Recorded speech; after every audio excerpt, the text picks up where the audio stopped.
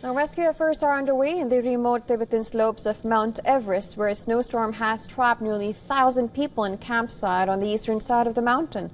Hundreds of local villagers and rescue teams have been deployed to clear out snow, blocking access to the area, which sits at an altitude of more than 4,900 meters. And according to local media, about 350 people have been rescued and guided to safety so far.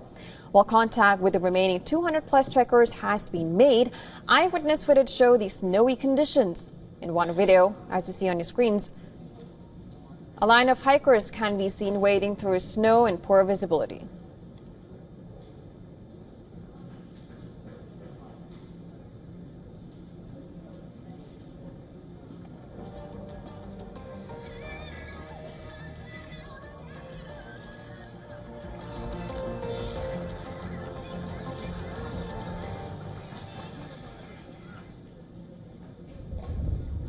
Heavy snowfall began on Friday evening and has intensified on the eastern slopes of Mount Everest in Tibet, which is an area popular with climbers and hikers due to its easy access by paved roads.